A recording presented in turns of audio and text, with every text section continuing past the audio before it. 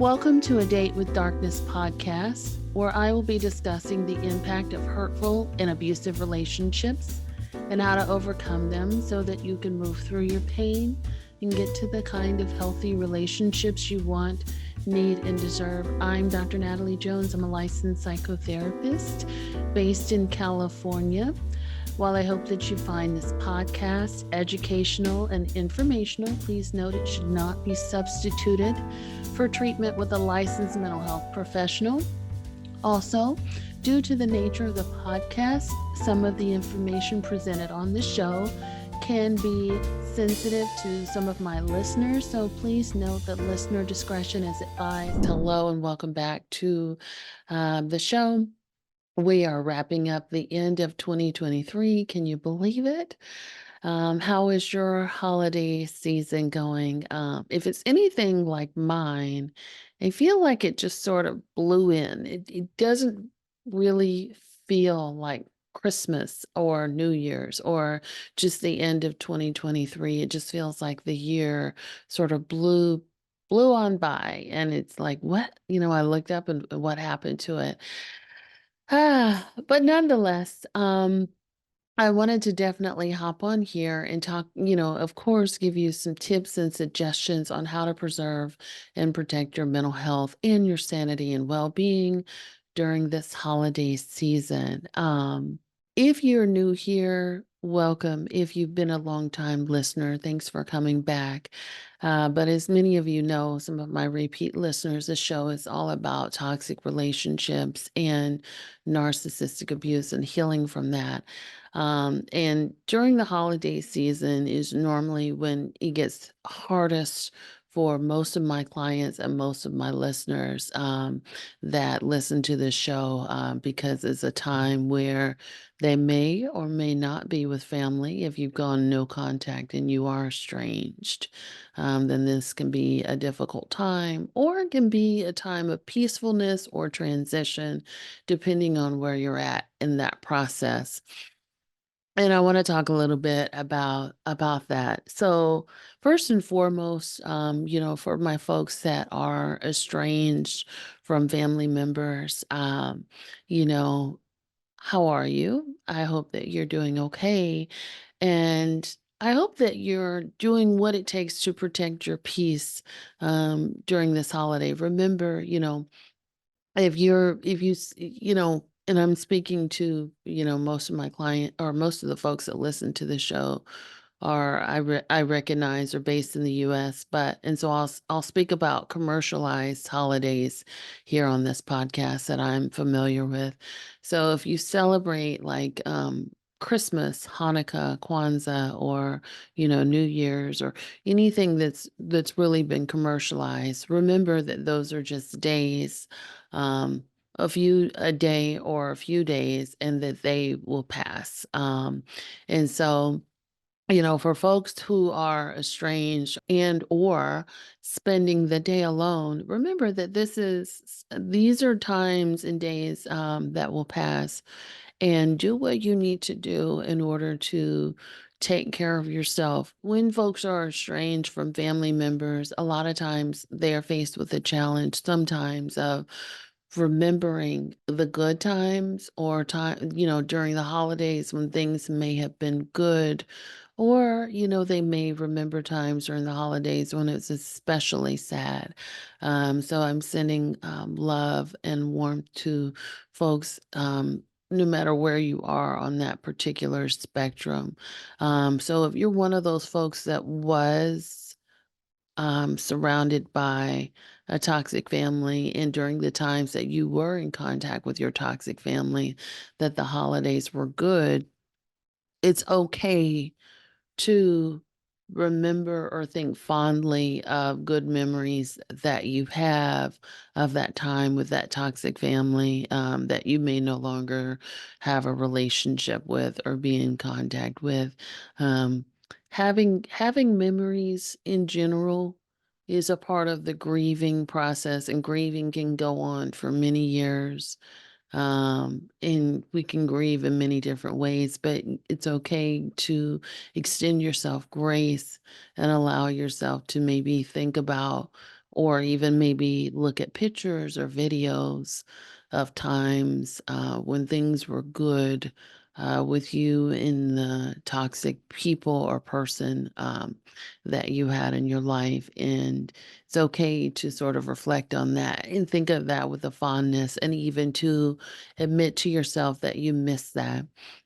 You miss that time, or you miss those people, or you miss these people during this specific time. So give yourself grace, and be sure and surround yourself with extra love, care, and support, whether that be friends, whether that be therapy, whether that be hobbies, or other things that you can do to sort of fill your time, like Christmas movies, or just a good old fashioned R&R never hurts. If you are one of those people that, you are estranged, or you no longer have contact with family members or toxic people in your life, and you don't have good memories of the holidays, or the holidays are especially trying for you, it's okay to again extend yourself grace and do what you need to do in order to uh, care for yourself. So if you need to again engage in hobbies, yoga, meditation, going on a walk outside, or going to the gym, something that can be easily distracting, surrounding yourself with friends, or maybe just even staying in and sort of maybe even journaling about it, or going to therapy and talking about it. I encourage you to do that. One of the things too that I often talk to my clients about that may be going through seasonal depression, which is not uncommon to go through seasonal depression during the holiday season, which for a lot of folks runs from October all the way until February. So, we're looking at, the change in weather and the onset of like Halloween and fall, and other things that can be triggers.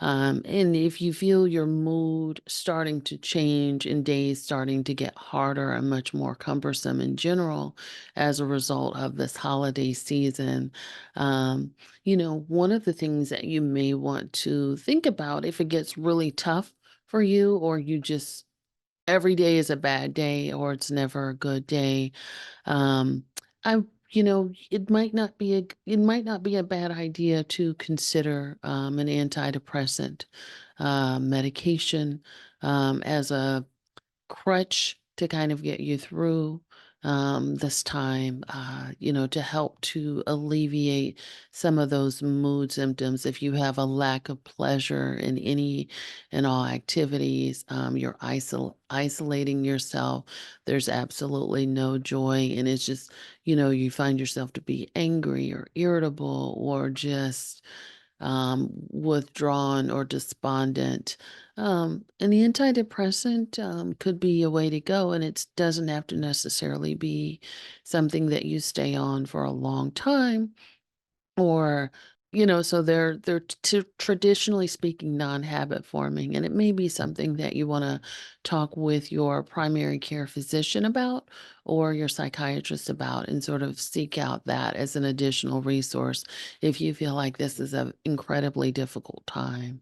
If you can't get out of bed, if you have absolutely no motivation, that may also be of some help or interest to you.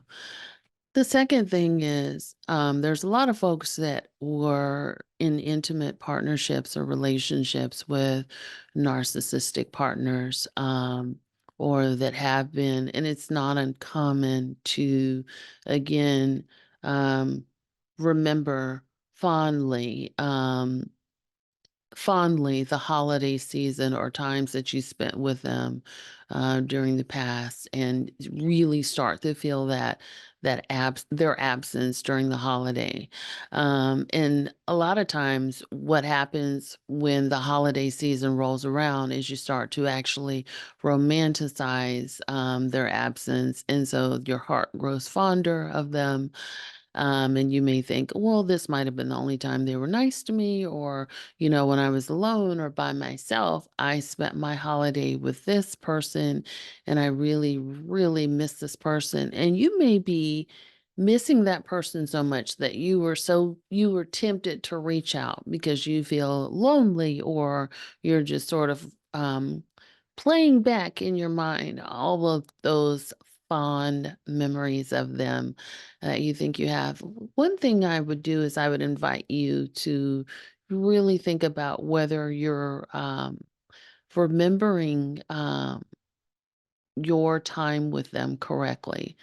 Sometimes we put an additional fondness on them or kindness onto them that wasn't really there. You start to think of them as being good to you during the holiday, but a lot of times when I actually process with my clients, were they actually really good to you during the holiday, or were you just overextending yourself in that relationship during that time period, so that you were doing the work for both you and them, and really you were basically in a relationship with yourself during the holiday. I mean, you were doing all the decorating, you were doing all of the cooking, you brought all of the good cheer, and you really had to motivate them to get into the spirit. So I ask you to, one, really consider who is, are you remembering that correctly? Number two, again, as I said before, the holidays are a day, or depending on which holiday you celebrate, a few days at best, and it will pass. And so this feeling that you have about them will also pass. So it's important to remember to maintain your boundary of no contact or the breakup, and remember why you actually broke up. And it's okay to have good memories, but make sure, one, the memories are accurate, but to remember, this is about protecting your peace and moving on with your decision to move forward. And this is where it can get tough for a lot of people, because the holidays are tough, and you know, we really want to be with somebody. And so, you may be tempted, like, you may be laying up and thinking at night, gosh, I really miss this person. I really want to reach out. But I would invite you, instead of reaching out or feeling like you're lonely, I would invite you to be mindful of the feelings that you're experiencing. And number two, I would encourage you to do something else to fill your time, instead of giving in to an impulse to reach out to someone that's not so good for you. Number 3, a lot of times when, there's folks that are traveling and going home, to be around family, and if your family members are toxic, one of the things that they love to do during the holidays or during get-togethers is, sit around and, sort of gossip and talk junk about everyone or to everyone. And when toxic family members do this, they are looking at it as an act of bonding. Like, we're connecting, and we connect through talking poorly to other people or about other people. That's our way that we actually connect, instead of true, authentic connection. I would invite you to not engage in that, and you could say, you can dismiss yourself from the conversation, or you can say that's not really my business, or you can sort of redirect the conversation to something more positive. There's any number of ways you can sort of steer clear of doing that. But I think the number one thing is to be mindful of what's happening, and saying that you're choosing not to, that's a boundary where you're choosing not to engage in negative talk or gossip that don't really elevate you. They don't really add anything to the conversation, and it's just in poor taste and poor character. Overall, those are things that you just don't want to engage in. And you say, "Eh, well, that's not really any of my concern." Or again, just sort of, you could leave the conversation, or you could say, I don't want to gossip about anybody, or that's really inappropriate. However, whatever's most comfortable for you in terms of talking about it, is something I would invite you to consider, as opposed to going along and getting along with people and sort of doing things that you've always done, like, because it's very easy to regress once you get around your family and just sort of, go along with what you always do. This is kind of how we always do things. And before I know it, all of the things that I've been working on myself throughout the year has gone out the window. And I just sort of went back to an old version of myself that engaged in some toxic behavior. So remember, you have a choice, and you don't have to engage in that. So, a lot of times when we have downtimes during the holidays, especially if we're recovering from narcissistic abuse or toxic relationship, especially now where a lot of content on social media seems to be around relationships. Everyone's a relationship guru or relationship coach, or they have their 2 cents to sort of add about relationships. Be very mindful about the content that you consume. Um, Not everyone's an expert. Not all advice is applicable to you. Not all advice is good advice. And even what I've noticed too, especially when you have what I've noticed with a lot of content creators, Black content creators specifically, or content creators of color, especially when they're talking about narcissistic abuse or um, dating advice, I've noticed that there is a derogatory or a harsh tone in a lot of it, where the creators may be referring to people as in the B word, where they may be telling you that you're stupid if you do this, or you're goofy, or you deserve what you get, and sort of that negative accusatory and derogatory speech. And these are creators, interestingly, that get a lot of, they have a huge following and a lot of engagement with that. I would invite you to really I would invite you to examine yourself and see why you gravitate to content that is abusive in nature, where someone's yelling at you, calling you names, or telling you that you were this or you were that, or that you deserve this or that, because that content may feel familiar to you in terms of that abusiveness. If you come from an abusive environment where you were told that you were, not smart, or you were talked down to, or you were degraded, or you were yelled at, it might be more content that's familiar to you. Also, too, if you feel like you have to saturate yourself with relationship recovery content, what's really happening here is that, are you healing, or are you feeling is there a sense of desperation within yourself that you feel like, man, I've just got to consume as much as I can, because if I don't, things really won't go well for me. So it's just, be mindful of what you're consuming, why you're consuming, and make sure that it's actually not doing more harm than good. Because me personally, I do believe there is a lot, what you see and what you hear affects our frequency. It affects our mental well-being. It affects your character. It affects how you internalize messages about yourself, others, and the world in general. And so, if there's that harshness, if there's that belittling, if there's that sort of guilt tripping and telling you that you deserve something, that continues abuse narrative.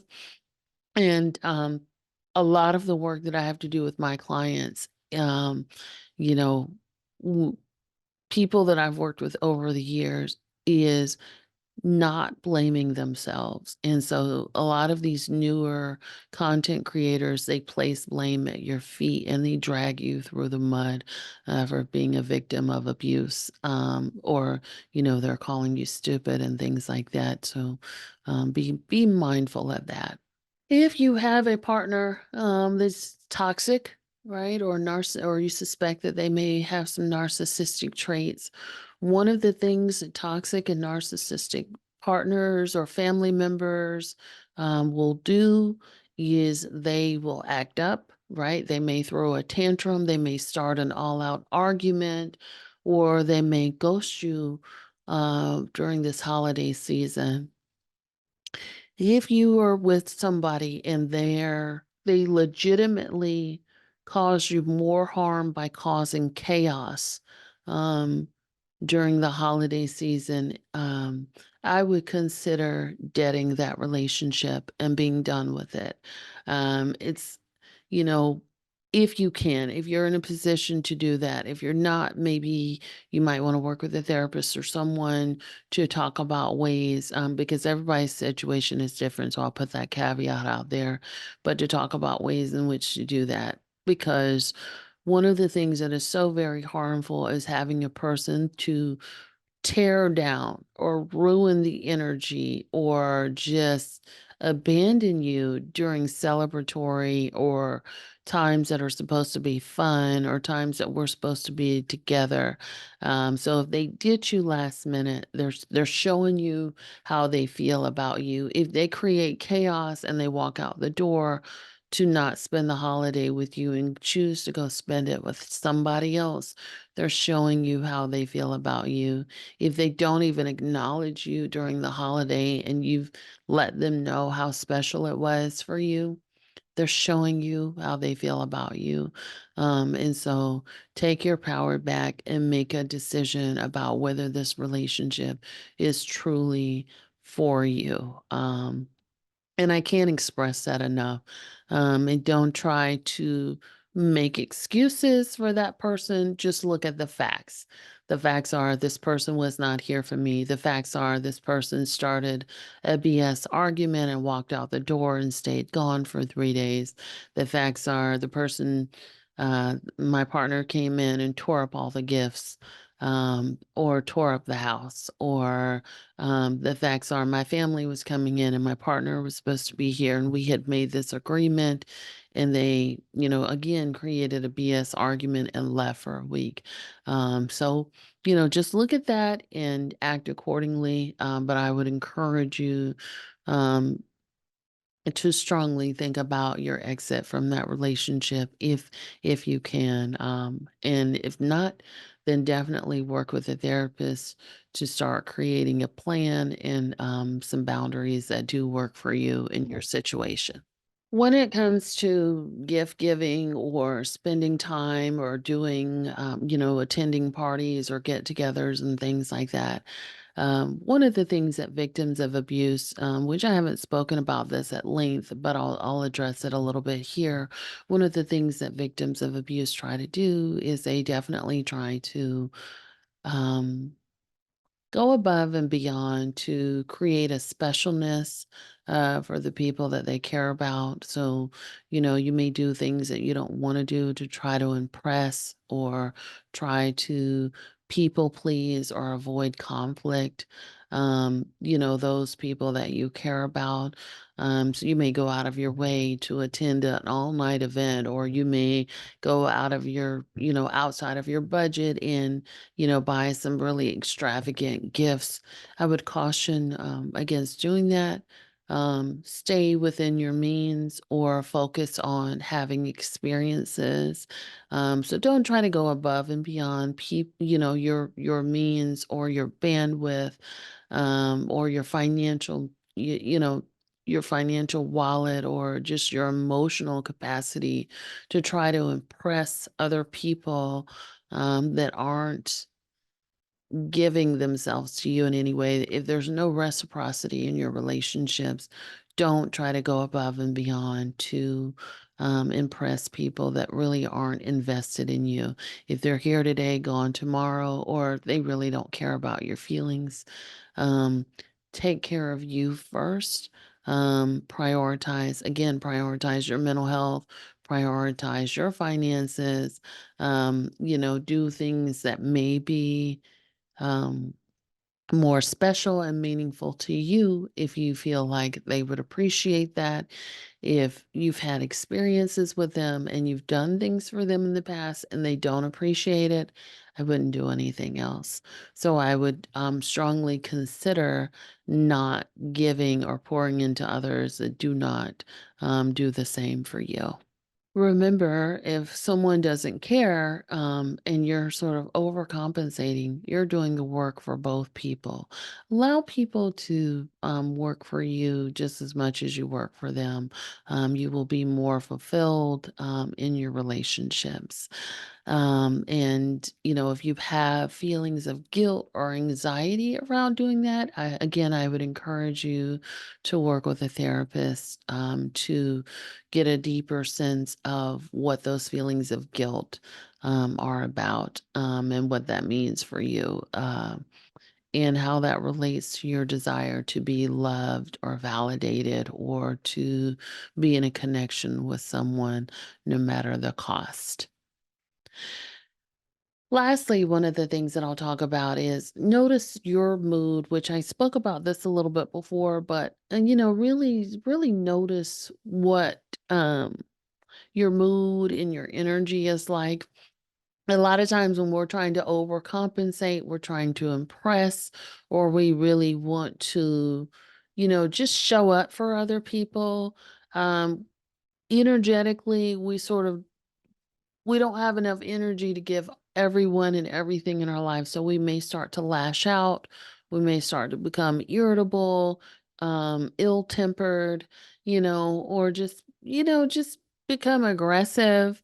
And I'm sure you've encountered people like this maybe in the mall or the supermarket or whatever, or just even in the parking lot during the holiday season, people just become aggressive and neurotic even in a lot of situations and circumstances just because they're so stressed. I would encourage you, if you feel yourself being edgy, you're feeling pressured, I got to go visit family, I got to do this, I got to do that. I would encourage you to slow down and take a break. Ask for help if you can, if there's other people that are willing to help you. Try to take some things off of your plate, prioritize your mental health.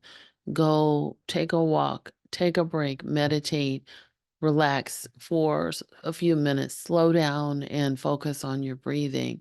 At the end of the day, again, I would encourage everyone to remember that this is just but a day or two or three or, a few, depending on which holiday you celebrate. And it's really not worth the stress and the chaos that you bring on to yourself. For folks especially for folks that have heart issues, anger and stress can have a physiological impact for up to 72 hours, causing extra stress on blood pressure and on your heart in general. So there is something to be said for stress can kill you, and it does have a long lasting impact. So there's a physiological component to the mental component as well. So, not to be morbid or anything, but at the end of the day, it's not worth it to get yourself all worked up. You do what you can. Have a good time, relax, and enjoy yourself first and foremost. And be safe and take care of each other during this holiday season. And until next time, you guys stay out of trouble and be well.